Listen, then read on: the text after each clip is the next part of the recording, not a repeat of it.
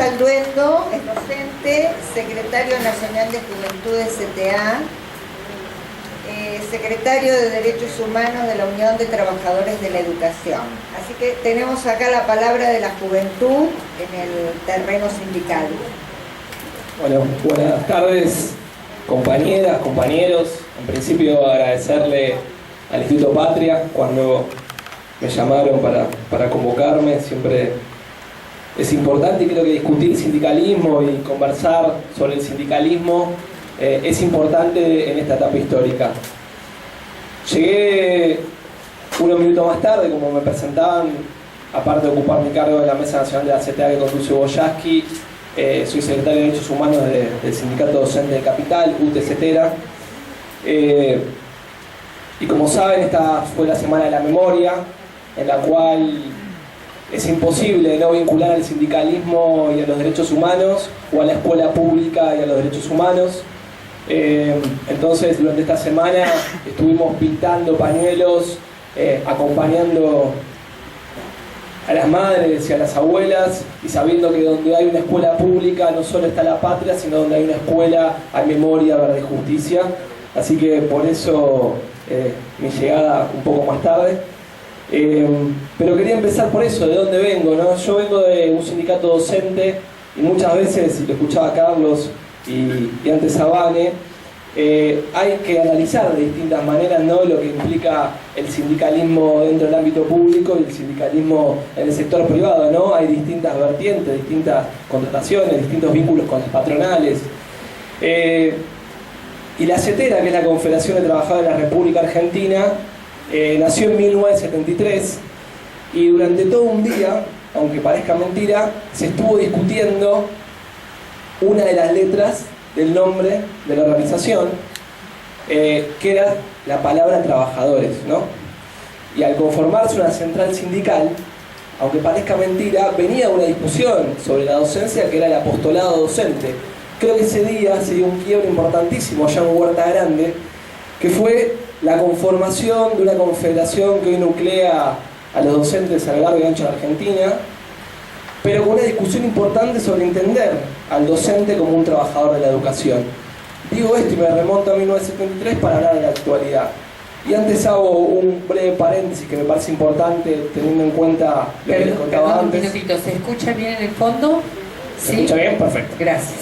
En 1976, el 24 de marzo, cuando se produce el golpe de Estado, no solo se cercena el derecho a la educación pública, porque durante 3 días estaban cerradas las escuelas, y con todo lo que implicó los derechos y la represión y la política de desaparición, sino que el 24 de marzo se va a buscar a la sede del sindicato tucumano al secretario general de la CETERA, a Isauro Arancibia, maestro tucumano, y lo asesinan de 12 balazos en la puerta de su sindicato, y aparte se roban los zapatos de lo que implica, ¿no? Hay un libro muy interesante que se llama La Oruga, que cuenta un poco la historia de Isauro Arancibia, ¿no?, este maestro tucumano, y lo que implica simbólicamente, ¿no?, que el primer día que la dictadura irrumpía, no solo se cercenaba el derecho a la educación pública, sino que se asesinaba al dirigente de los trabajadores de la educación.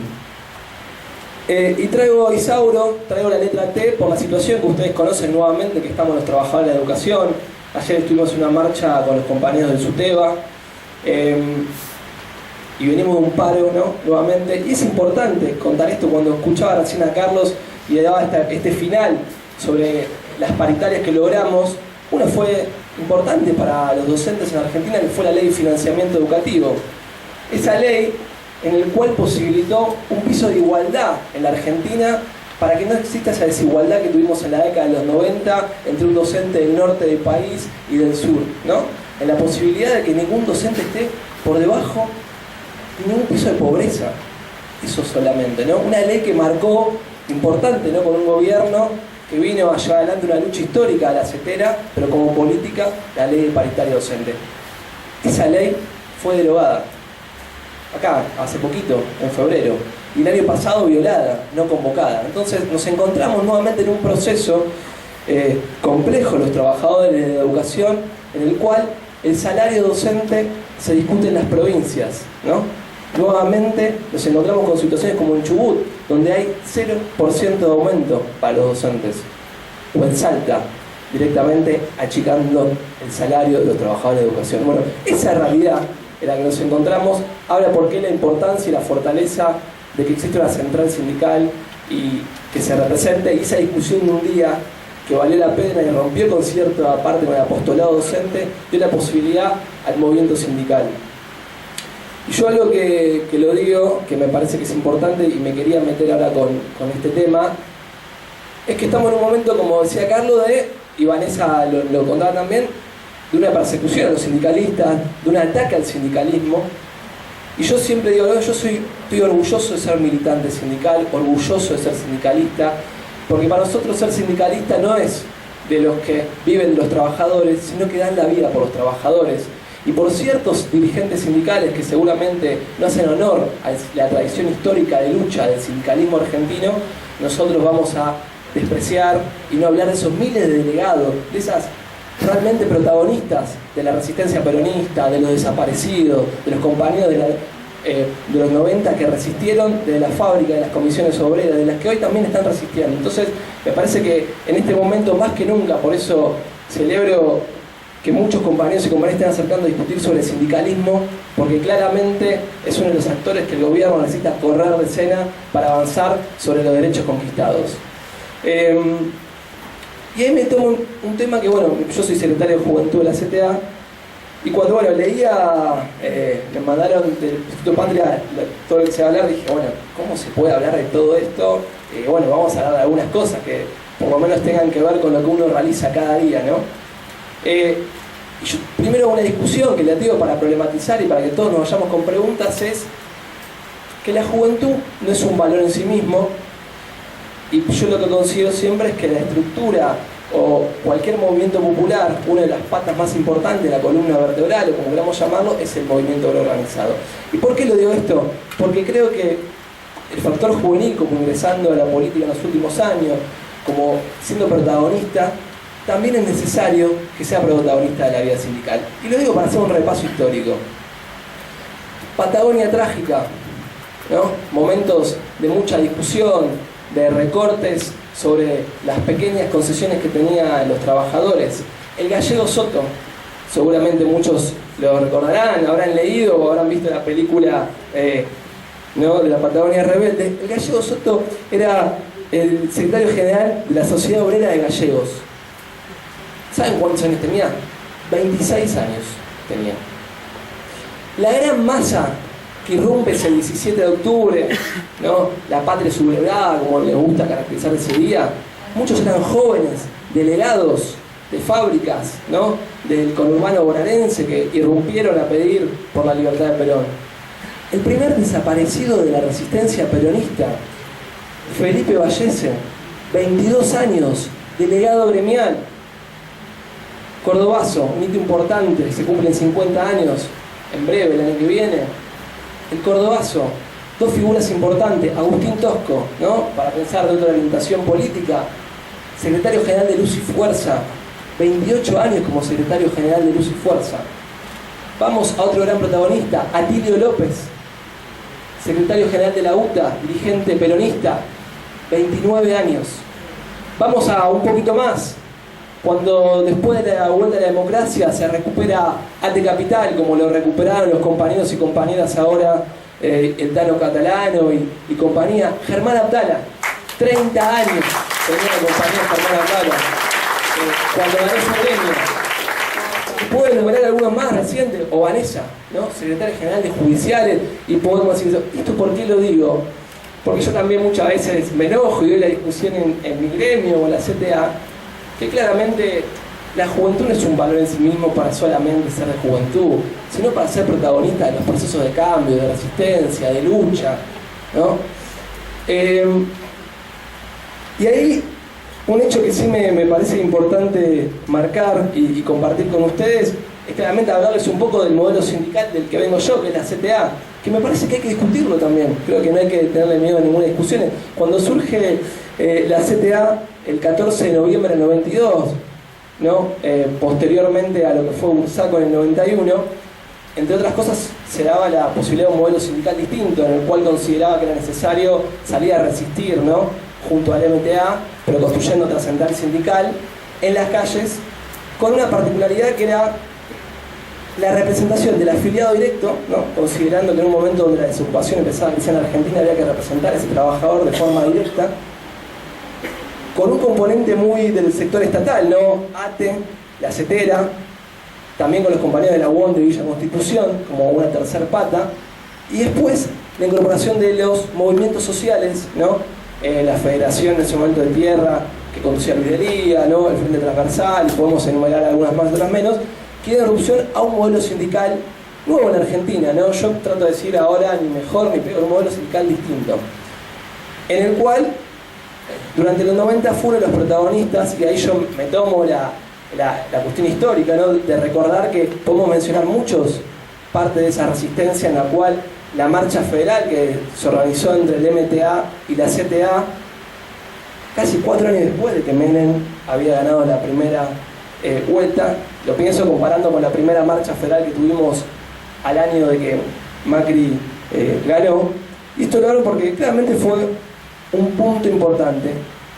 Yo quiero recomendarle a todos un libro que leí hace poco, que tiene puntos interesantes, que es Existe la clase obrera, de Paula Valmedina y Ana Natalucci, que plantea un poco esto, cómo en el mundo de hoy, y lo planteo también para este tema de pensar el modelo sindical, se puede pensar en la representación de qué modelo sindical hay vigente en la Argentina con el mundo del trabajo de hoy. Porque también hay que decirlo, hoy en día hay una nueva conformación de la economía solidaria, que es la CETEP, o los compañeros de la CNCT, que buscan también representar a otro sector de la clase trabajadora, que en algún momento representó la CTA, y ahora representan a estos compañeros, que ponen discusión, ¿no?, cómo sea ese modelo industrial que irrumpe con el peronismo, que representaba a un tipo de trabajador con el de ahora. No digo ni mejor, ni peor, ni distinto, sino pensarlo y discutirlo. Porque ahí creo que lo que claramente ante la pregunta si existe la clase obrera, mi opinión es que sí, y hay que fortalecerla, es que en ese sentido también necesitamos del sindicalismo entender y conceptualizar lo que está pasando mundialmente, ¿no?, las nuevas configuraciones en las cuales claramente el capitalismo en su reconfiguración está buscando avasallar con los derechos conquistados, no del peronismo, sino remontándonos a los primeros derechos obtenidos. Y yo les quería leer algo, algunas cuestiones muy cortitas, que también un libro voy a hacer medio chupamedia de alguien que quiero mucho y que estuvo la semana pasada, que es Héctor Recalde, que es una historia laboral jamás contada, que habla de las disputas, ¿no?, a lo largo de idas y vueltas de los trabajadores. Y a lo que decía Carlos, que Carlos fue enumerando algunas de las conquistas o algunas de las políticas de gobierno, quiero leerle las opiniones de algunos de los actores que les van a sonar familiar en la actualidad. Vamos primero con el descanso dominical, que fue una de las primeras medidas en 1903, si no me equivoco. Aguántenme. En esa época, uno de los diarios importantes era el Diario Industrial. Seguramente escucharon hablar del Diario Industrial. Si es parecido a Clarín, no lo dije yo.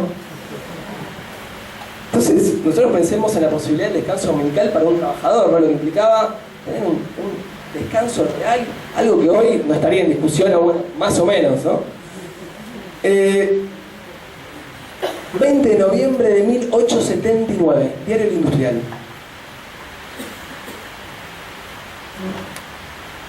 Solo un pueblo que no tiene el culto del trabajo, un pueblo de holgazanes, sin trabajo, sin industrias, con letrados e intermediarios del comercio extranjero, puede pensar en el cual un trabajador tenga el derecho a un descanso dominical, dejando atrás la posibilidad de generar mayor productividad para los empresarios. Textual, ¿eh? No estoy leyendo nada inventado.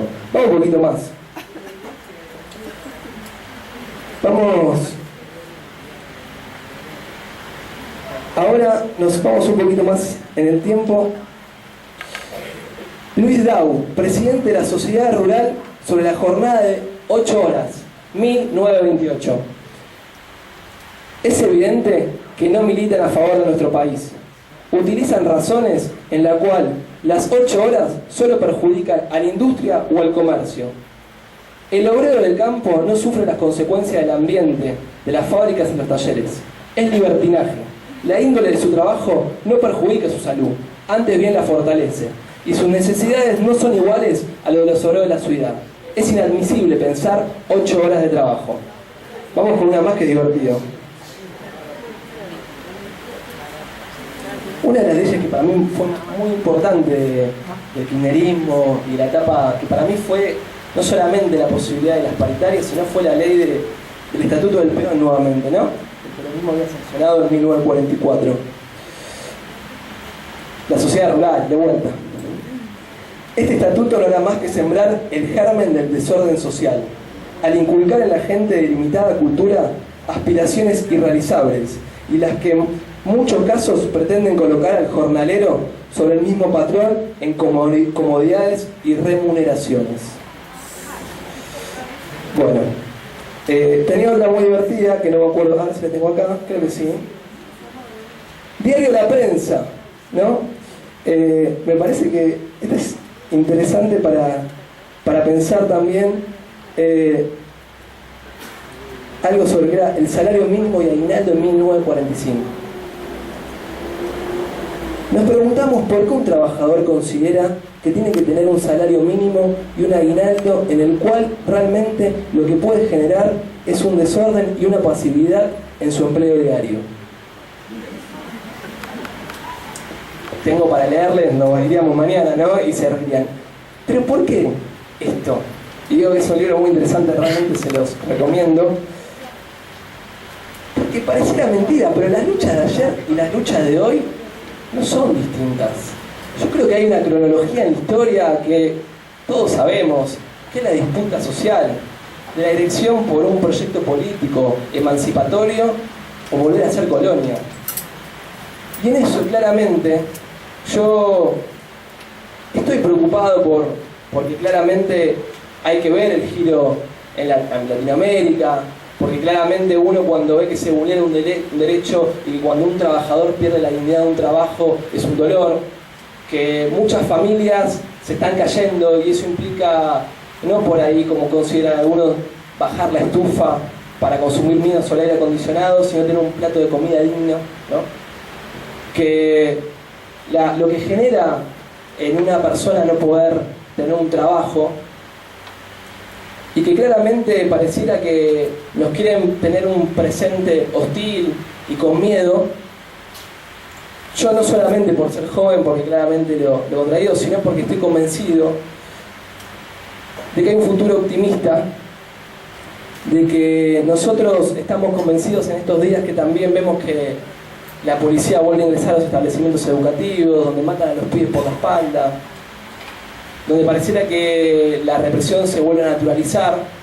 Nosotros estamos convencidos que el mejor lugar para nuestros pibes, aunque no haya marchas del silencio, ni medios de comunicación que los defiendan, ni una justicia, es la escuela pública, que para los pibes y pibas el mejor lugar es la militancia, que para un trabajador su mejor lugar tiene que ser un sindicato que lo defiende y lo representa, que los argentinos nos merecemos un país mucho mejor, que claramente, como decía Scalabrini Ortiz, luchar es sinónimo de vivir y que no nos vamos a resignar a seguir luchando, de que nosotros consideramos que hay una disputa importante entre política versus corporación, que la corporación piensa en el interés individual y la política en el interés general, que nosotros elegimos antes que la desaprobación de un solo trabajador totalmente el rechazo de los grupos económicos y corporativos, que no vamos a claudicar, que tenemos que repetir el 21F, construir una nueva marcha federal educativa, una nueva marcha federal, que tenemos que generar unidad, porque como decía Ongaro, hay compañeros de camino y compañeros de destino, pero que en este momento la única lucha es por derrotar el neoliberalismo, porque haya mayor justicia social, porque no claudiquen los sueños.